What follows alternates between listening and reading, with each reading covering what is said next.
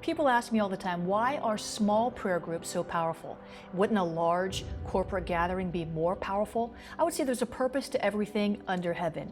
You know, Jesus said, where there are 2 or 3 gathered in my name, there I am in the midst of them. So here we see the concept of 2 believers coming together, 3 believers coming together. You know, every great revival in history was started with a small prayer group, 2 or 3 praying.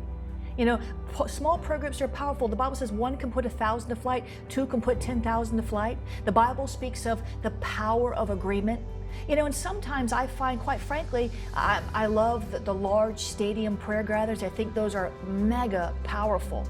But sometimes I think that, you know, when it comes to establishing a beachhead in a city, starting out with smaller prayer cells all around the city, small prayer meetings. I'd rather see 100 prayer meetings in a city once a month than 1 large one once a year. And so I think that we can do both.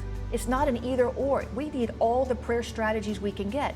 But when it comes to small prayer groups, sometimes it's just more intimate. Sometimes in large gatherings like corporate prayer at church, and again, we need all the corporate prayer in church we can get, don't get me wrong. But sometimes in corporate prayer in church, you can get distracted. You know, there's people that aren't paying attention, people that aren't really plugged in, people that are just there out of religious duty. I'm glad they're there, but sometimes that dilutes the power. So I say stadium prayer meetings are awesome. Corporate prayer meetings at church, awesome. Small prayer meetings, awesome. It's all awesome, but I believe that in this season, God is bringing smaller prayer groups together strategically to come into one accord, a unity at a higher level, praying very specific agendas, God's agenda always, but very specific mandates, very specific assignments. And I think that sometimes you can accomplish more with a handful than you can accomplish with a stadium.